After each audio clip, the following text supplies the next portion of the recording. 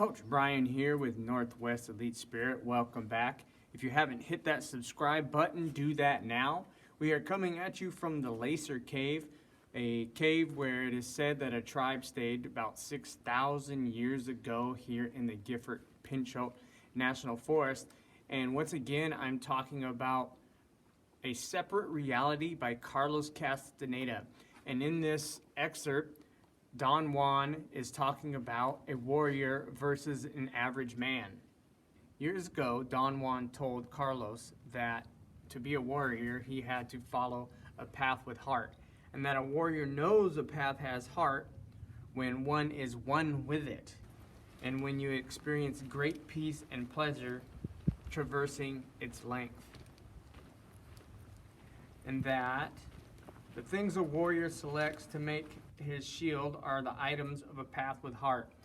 And I think through experience with that, the things I choose for my path are, say, a backpack and hiking shoes and finding areas I can go that are pleasurable to me. And so being here in Lacer Cave, I came here a long time ago and discovered this place, and I wanted to revisit it, and so now I'm back, and this is my path with heart. And when I'm out here in the forest or in the desert or at the beach doing these things, it gives me motivation, it gives me pleasure towards life, and it gives me energy towards life. It seems more like if I go to sleep tonight, I'll wake up with more energy tomorrow, whereas if I spent my day doing things I hated, maybe put out as much energy physically, go to bed, and I'd wake up less motivated and with less energy. And Carlos says, but you said I am not a warrior. How can I choose a path with heart? I think this is another deflection from Carlos, like kind of blaming Don Juan, but you said I'm not a warrior, and finding, like, trying to find ways out of finding his own path with heart and finding things in his life that actually give him pleasure and motivation for his future, other than arguing or putting things into a box. And Don Juan says, this is your turning point. Let's say before that you really didn't need to live like a warrior, and now it is different, and you must surround yourself with the items of a path with heart and refuse the rest, or you will perish in the next encounter. And the encounter is talking about this being called an ally that Carlos encountered during an experiment with psychedelics under Don Juan's direction. But he's telling him that now you must pursue a path with heart and the tools that come with that path and abandon all the rest. And I think once you start pursuing your path with heart, or once you start going down and towards the things that you want out of life that give you great energy and give you great pleasure, that if you were to adopt some of those old tools that dragged you down, it wouldn't be suitable towards you. And I don't think that you would have it. And it may be that they would drag you down even more now that you've had a taste for pursuing a warrior's path. If you take on the tools of average man, it can drag you down and destroy your spirit. And Carlos says, for years I have tried to live in accordance with your teachings. Obviously, I haven't done well. How can I do better now? And Don Juan has been trying to drive this home with Carlos for the whole time, since the very beginning. He says, you think and talk too much. You must stop talking to yourself. And he's telling him that just observe the world. Just see what's in front of you and stop trying to put it into a framework. Stop trying to fit it into this matrix that you or somebody else has built for you. He says, you're not unique in that. You talk to yourself. You're not unique at that. Every one of us does that. We carry on an internal talk and think about it. Whenever you're alone, what do you do? And Carlos answers, I talk to myself. What do you talk to yourself about? I don't know. Anything, I suppose. He says, I tell you what we talk to ourselves about. We talk to ourselves about our world. In fact, we maintain our world with our internal talk.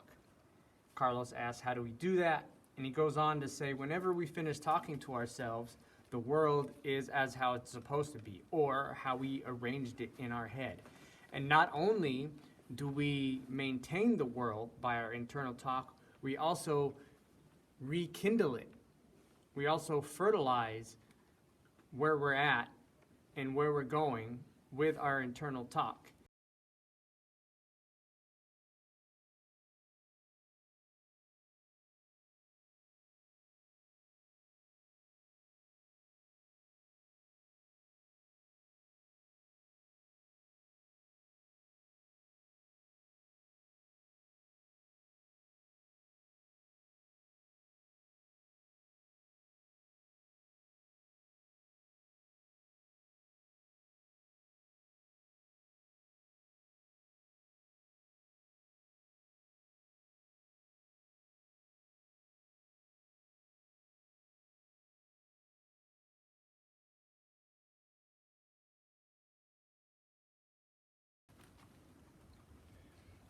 And Don Juan says we also choose our paths with our internal talk. And I get that because I've had internal talk, and if someone says something to me or somebody does something, then I'm going to say this, or I'm going to do that, or I'm going to make this choice or that choice based on what my internal talk is saying of the storyline. So I get that perfectly. It says, thus we repeat the same choices over and over again until the day we die, because we keep telling ourselves the same things and repeating the same thoughts over and over again until the day we die. And he says to Carlos that this is the last thing he has to learn to become a warrior, is to be able to turn off that self-talk. And Carlos asks, how can I stop talking to myself? And Don Juan says, first, you must learn to use your ears to take some of that burden off of your eyes, because we've been translating the world since birth through what we see. And we talk to others mainly, and ourselves, mainly about what we see. A warrior is aware of that, and he listens to the world. And he goes on to say that I don't mean you should force the issue. It should be something that is done harmoniously and with patience. So you have to have patience with yourself. It can't be forced. And what you do is you just, like for instance right now, I would be listening. I'd be listening to the wind. I'd be listening to the dogs. I'd be listening to even maybe my own voice reverberating off of the walls, and not forcing my view of the world onto the present moment. And Carlos says, what do you mean, Don Juan? Don Juan says that the world is such and so, because we tell ourselves that it's so and such and such. And if we stop telling ourselves what the world is, the world will stop being whatever we're telling ourselves the world is. And he says, at this moment, I don't think you're ready for such a momentous blow. Therefore, you must start slowly to undo the world. And Carlos says, I really don't understand you. Kind of verifying. Like Don Juan is saying, you're not ready for what happens when you stop talking to yourself, because it's so shocking and jolting.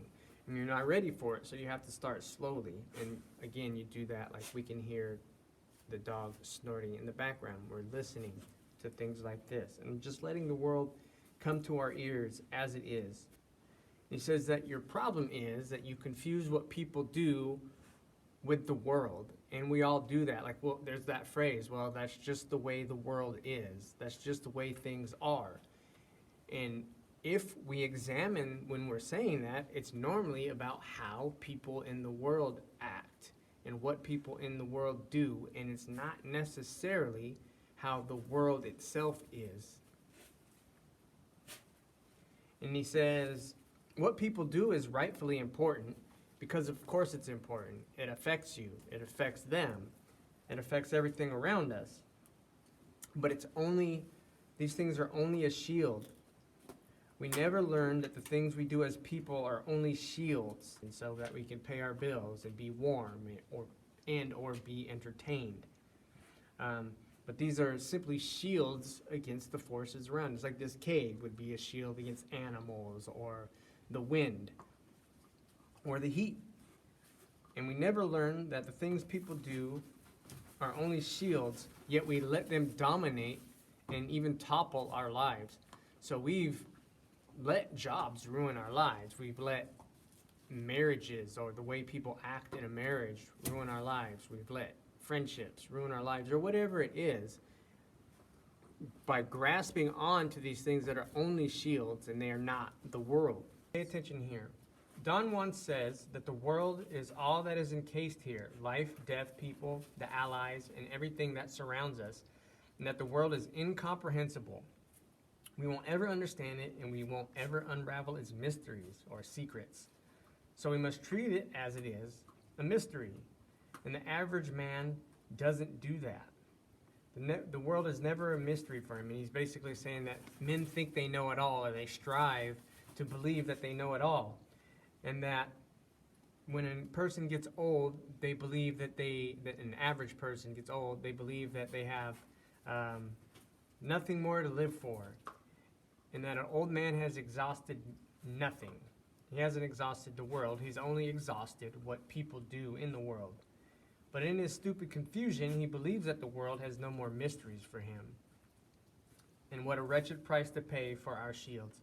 So he gives up on all the mysteries of the world in order to hang on to these things that he's attached to himself in order to fit, like his home or his car or his doodads, in order to fend off the mysterious forces around us.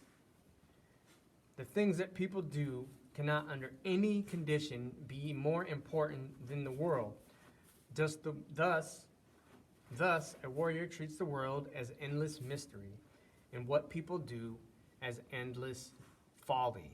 And the folly part isn't like he's calling everybody clowns or anything like that. It's just that they're mistaken in a lot of the things they do, and that's why they continue until the day they die to make the same mistakes over and over again. Yet if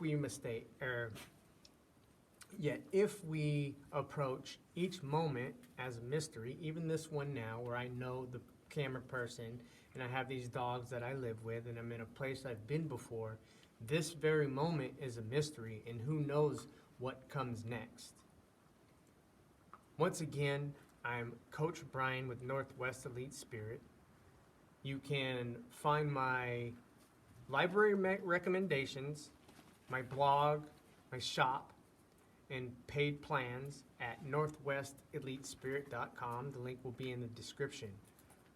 Like, comment, subscribe, share, and practice. Thank you.